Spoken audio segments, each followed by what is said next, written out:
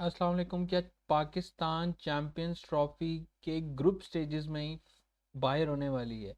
क्या पाकिस्तान टीम अपने champions trophy के स्क्वाड के अंदर कोई चेंजेस करेगी?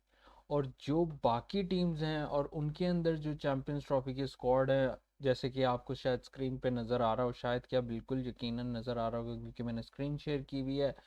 जैसे जसप्रीत बुमराह है, पैट कमिंस है, हेजलवुड है।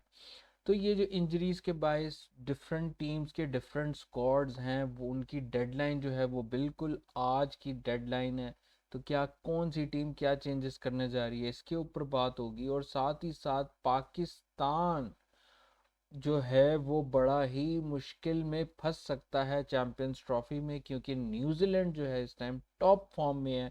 उन्होंने साउथ अफ्रीका को भी बीट कर दिया और they are in the final of the tri nation series.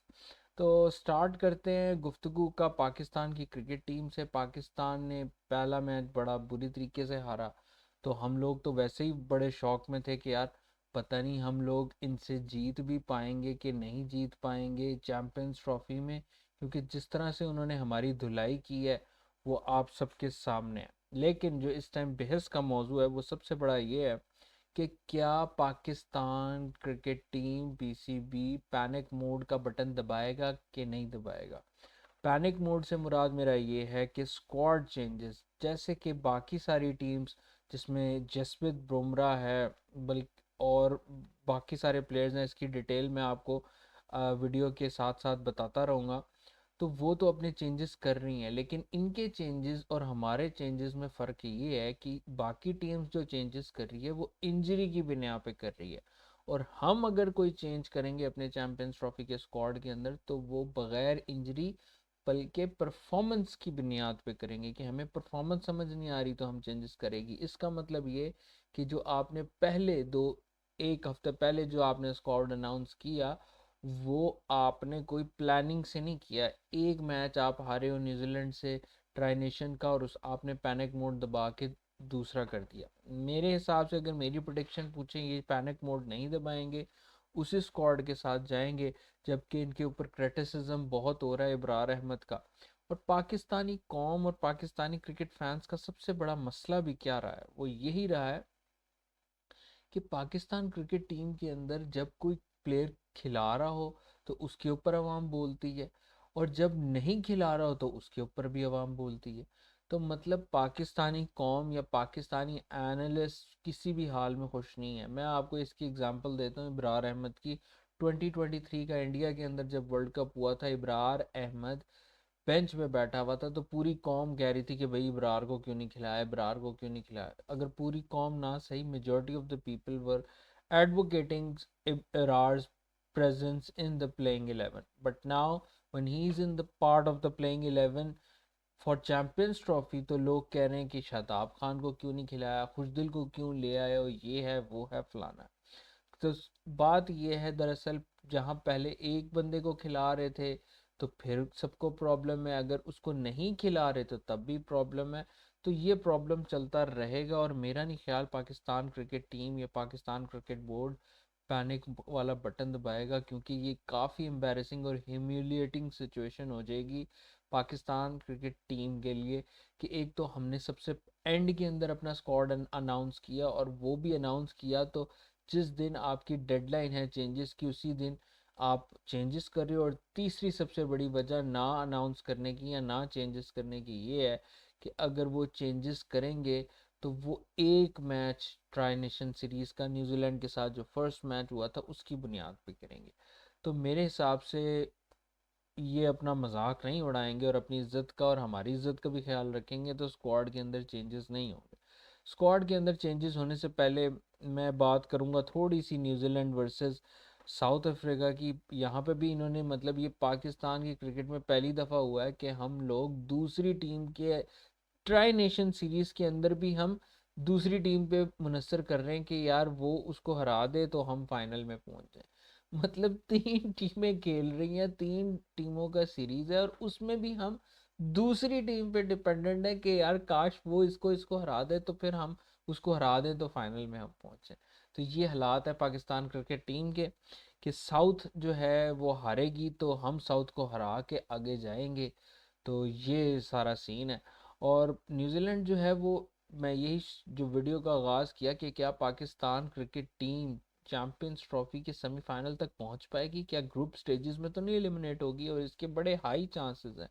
I was rating Pakistan India to qualify into semifinals, but looking at right now, the form uh, New Zealand is having, उसके हिसाब से मेरा नहीं ख्याल कि न्यूजीलैंड को इस time कोई पीछे हट सकता है। और फिर बाबर आजम की लोग बात करते हैं कि बड़ा वर्ल्ड क्लास है बाबर आजम, ये है बाबर आजम वो है।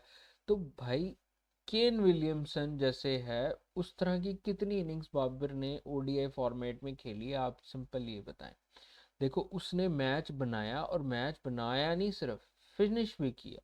तो बाबर आजम के बड़े गिने चुने क्या, बल्कि मुझे तो याद भी नहीं पड़ता कि लास्ट इसका कौन सा ऐसा मैच था जिसके अंदर उसने अपनी टीम को मैच जितवाया है वाइट बॉल फॉर्मेट में।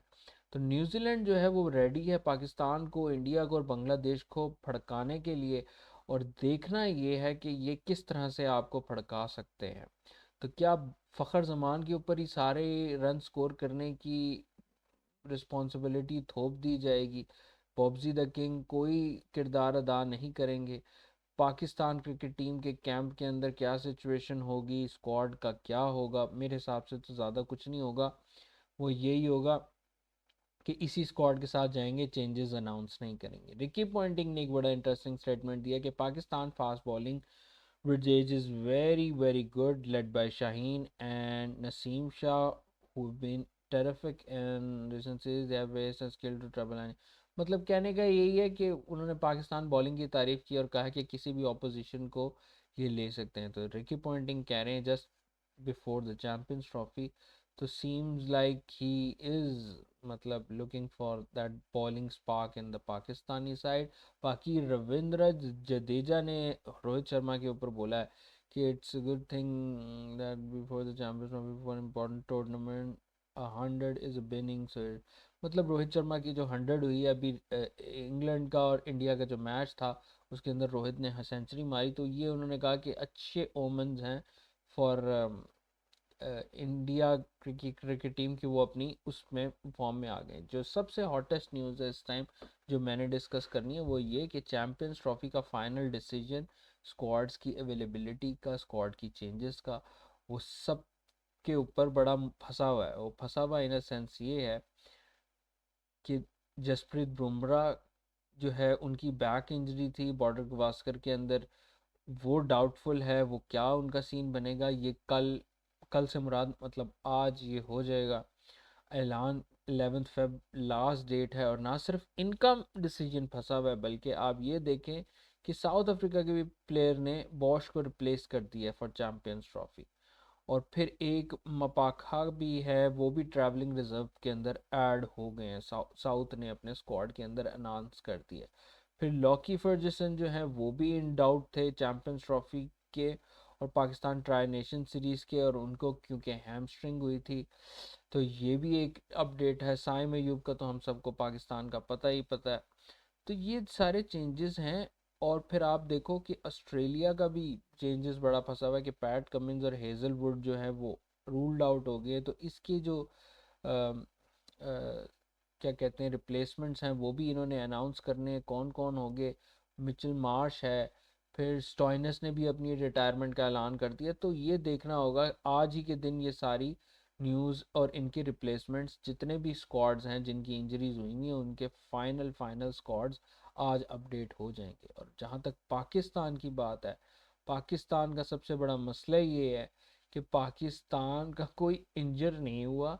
अगर पाकिस्तान को कोई किसी किस्म का स्क्वाड के अंदर चेंजेस करेगा तो वो just on the basis of one match जो कि न्यूजीलैंड के ख़िलाफ़ हुआ उसकी बेस के ऊपर करेगा।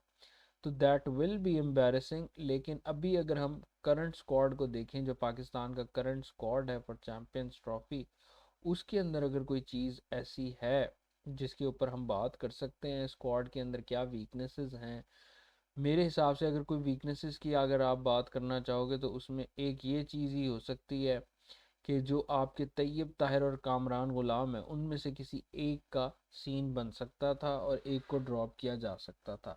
अच्छा, लोग तैयब ताहिर के ऊपर क्रिटिसाइज़ कर रहे हैं, लेकिन मैं आपको ये बताऊं कि सऊद शकील की जो एवरेज है डोमेस्टिक क्रिकेट के अंदर वो 41 की है। कि लोग कह रहे थे कि तैयब को बिठा के सऊद शकील को खिला दिया जाए, और जबकि तैयब ताहिर जो है उनकी 46 की एवरेज है।